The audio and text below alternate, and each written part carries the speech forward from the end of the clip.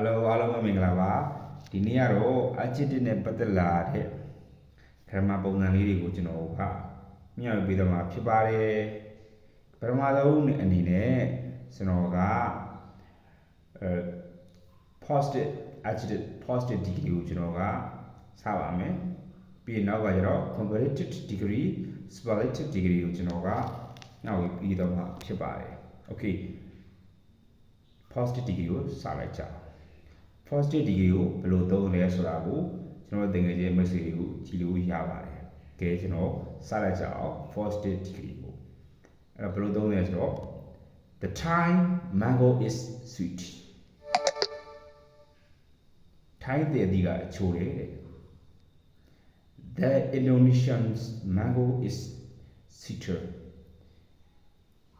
Indonesia တဲ့ဒီကပို့ပြီးတော့ချိုရတယ်တဲ့The Indian mango is the sweetest. Indian တဲ့အသီးကအချိုဆုံးဖြစ်ပါတယ်တဲ့အဲ့လိုမျိုးလေးပေါ့ဒါဆိုလို့ရှိရင်ဒါက positive degree အ positive degree ကိုမှအခုသုံးတာရှိသေးတယ်ဗျအဲ့ဒါဘာလဲဆိုတော့နှစ်ယောက်နှစ်ခုနှစ်မျိုးနှိုင်းယှဉ်နေမှာသုံးတယ်ဟုတ်ပြီနော်အဲ့ဒါကဘယ်လိုလဲဆိုတော့ကြောရဲ့အရက်ဒီမောင်မောင်ရဲ့အရက်နဲ့တူပါပဲအဲ့လိုမျိုးလေးတွေပေါ့နိုင်ချင်တဲ့အခါမှာသုံးတယ်โอเคကျွန်တော်ကဥမာလေးတွေနည်းနည်းကျွန်တော်ကပုံစံလေးနဲ့ကျွန်တော်ကဥမာလေးနဲ့ပြပြပါမယ်အဲ့ဘာလဲဆိုတော့ Father is as tall as I can အဖေရဲ့အရက်ကဦးလေးရဲ့အရက်နဲ့တူပါပဲတဲ့ပြောချင်တာက Father အရက်ရှိသလိုမျိုးအဖေအရက်ရှိသလိုမျိုးဦးလေးကလည်းရှိပါတယ်တဲ့အဲ့လိုပုံစံလေးပေါ့နောက်တစ်ခုကဘာလဲဆိုတော့ a house is as strong as an ox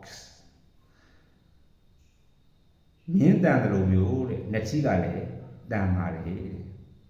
နော်အဲ့လိုမျိုးလေးအရှင်နေမှာသုံးပါတယ်ဒါက positive ရဲ့သုံးပုံလေးပေါ့နောက်တစ်ခုကဘာလဲဆိုတော့ comparative degree comparative degree ကဘယ်လိုလဲဆိုတော့ခုနကကျွန်တော်ပြောသလိုနှိုင်းရှင်တာနှစ်ယောက်နှစ်ခုနှစ်မျိုးနှိုင်းရှင်တဲ့အခါမှာသုံးတယ်ဟုတ်လားနော်ဘယ်လိုသုံးလဲဆိုတော့ကျွန်တော်ဥပမာလေးပြောပြမယ်နော် A mile is longer than a kilometer တမိုင်အားတဲ့1ကီလိုမီတာတဲ့ကိုရှည်တယ်တဲ့ဟုတ်ပြီနော်နောက်ကဘာလဲဆိုတော့ Elephants are more intelligent than dogs စင်ရတဲ့ခွေးတွေကိုပို့ပြီးတော့ညံကောင်းနေတယ်နှိုင်းရှင်နေမှာသုံးပါတယ်ဟောကြရတဲ့ which is heavier iron or lead ဘယ်ကောင်ကပို့ပြီးတော့လေးရလဲတဲ့ iron သုံးမဟုတ်တဲ့ lead ခဲနဲ့တန်ပါတဲ့ဘယ်သူကပို့ပြီးတော့လေးရတယ်တဲ့နှိုင်းရှင်ပြီးမေးရနေမှာလေသုံးလို့ရပါတယ်ဒါဒီ comparative degree ဖြစ်ပါတယ်ဟုတ်ပြီနော်နောက်တစ်ခုကဘာလဲဆိုတော့ superlative superlative ကခုနကပြောလို့ကအတော်ဆုံးအញ្ញံဆုံးအရက်ရှိဆုံးရုပ်ဆိုးရုပ်ချောရုပ်အဆိုးဆုံးစသဖြင့်เนาะအဲ့လိုမျိုးနေရာမှာသုံးပါတယ်အဲ့တော့ကျွန်တော်ဥပမာလေးတွေပြောပြပေးမှာဖြစ်ပါတယ် Mount Everest is the highest mountain in the world ဟာလား Everest တောင်ဒီကမ္ဘာမှာအမြင့်ဆုံးတောင်ဖြစ်ပါသည်တဲ့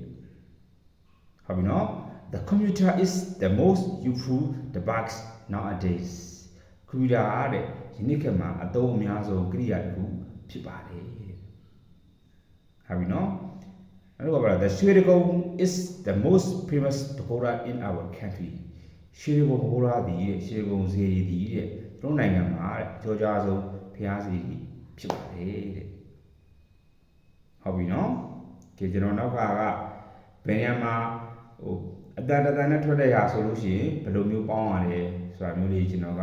ထပ်လောင်းပြပြပေးရမယ်ခင်ဗျအတန်နဲ့ထွက်တဲ့ adjective ဆိုလို့ရှိရင် positive မှာဆိုလို့ရှိရင်ဒီတိုင်းပဲဥပမာပြောလို့ big big positive နေရာမှာသုံးဖို့ဆို big big ပဲသို့သောညာလည်းပဲ comparative နေရာမှာသုံးဖို့ဆိုလို့ရှိရင် big big ဒီเนาะအတန်နဲ့ထွက်တယ်အတန်နဲ့ထွက်တော်ညာလဲပဲနောက်ကကောင်ဒီနောက်က G ဒီ B ဖြစ်တဲ့အတွက် B ရဲ့ရှေ့မှာတရရှိတယ်တရပါတဲ့အတွက်နောက်ကကောင်ကိုဘာလုပ်ပြရလဲဆိုတော့နှလုံးပေါင်းကို E ရပေါင်းပြရတယ်အဲ့တော့ figure ဖြစ်သွားတယ်ဟုတ်ပြီနော်အဲ့လိုပဲအဲ့ဒါဒီအဲ့ figure ဒီ comparative နေရာမှာသုံးပါသည်နောက်ကနောက် superlative နေရာမှာကျတော့ဟာလား G ကိုနှလုံးရေးပြီးတော့ ES ပေါင်းပြရပါတယ်အဲ့ဒါဒီဘာလဲဆိုတော့ superlative နေရာမှာသုံးပါတယ်ကျွန်တော်များပြောပြပါမယ်အတန်နဲ့ထွက်တဲ့ adjective တွေဆိုလို့ရှိရင်အတန်နဲ့ထွက်တဲ့ adjective တွေဖြစ်ရမယ်နောက်က B ဆိုရမယ်အဲ့ဒီ B ရဲ့ရှေ့ကတလုံးရှိမယ်ဆိုလို့ရှိရင်နောက်က B ကိုနှလုံးပေါင်းပြီးတော့ ER ပေါင်းပြရမယ် EST ပေါင်းပြရမယ် comparative ဆိုလို့ရှိရင် ER ပေါင်းပြီးတော့ superlative ဆိုရင် EST ပေါင်းပြရမယ်ဟုတ်ပြီနော်ကျွန်တော်ဥပမာလေးလည်းပေးပါမယ်ဒါကကျွန်တော်တို့ရဲ့အတန်နဲ့ထွက်တဲ့ adjective တွေရဲ့စီမီစီကံနောက်တစ်ခုကဘာလဲဆိုတော့တဲ့အတန်နဲ့ထွက်Y နဲ့ဆုံးမယ်ဆိုလို့ရှိရင်အတန်ထွက်ရမယ် Y နဲ့ဆုံးမယ်ဆိုလို့ရှိရင် Y ကို I ပြောင်းပြီးတော့ ER ပေါင်းပြရမယ် positive မှာဆိုရင်ပြောင်းစရာမလိုဘူး comparative မှာဆိုလို့ရှိရင် Y ကို I ပြောင်းပြီးတော့ ES ပေါင်းပြရမယ်ဟုတ်ပြီနော် superlative ကျတော့ Y ကို I ပြောင်းပြီးတော့ EST ပေါင်းပြရမယ်ဟုတ်ပြီနော်အဲ့ဒါဘယ်လိုပါမျိုးလဲဆိုတော့ adjective မှာအတန်ထွက်ရမယ်အတန်ထွက်ပြီးတော့နောက်က Y ဆုံးမယ်ဆိုလို့ရှိရင် comparative မှာဆိုလို့ရှိရင် ER ပေါင်းပြီးတော့ superlative မှာဆိုလို့ရှိရင်တော့ EST ပေါင်းပြရတယ် Y ကို I ပြောင်းပြီး EST ပေါင်းပြရတယ်ဟုတ်ပြီနော်နောက်တစ်ခုကဘာလဲဆိုတော့အတန်နဲ့ထွက်ရမယ်အတန်နဲ့ထွက်တဲ့ adjective တွေမှာဆိုလို့ရှိရင်အဲ့လိုပဲ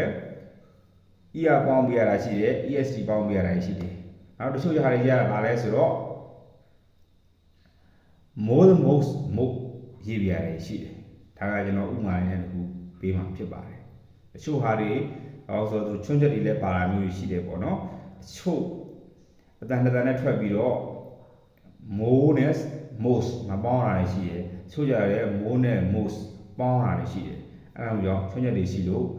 အဲ့တော့အတန်နဲ့ထွက်တဲ့အချို့ adjective ဆိုလို့ရှိရင် more than most ပေါင်းတာရှိတယ်ချို့ကြတော့မပေါင်းရတာရှိတယ်ပေါ့စသဖြင့်အဲ့ဒါမျိုးတွေရှိပါတယ်အဲ့ဒါမျိုးကြောင့်ကျွန်တော်တို့ကချွတ်ချက်အနေနဲ့အဲ့ဒီတန်တွေကရှိပါတယ်โอเคနောက်တစ်ခုကဘာလဲဆိုတော့အတန်2တန်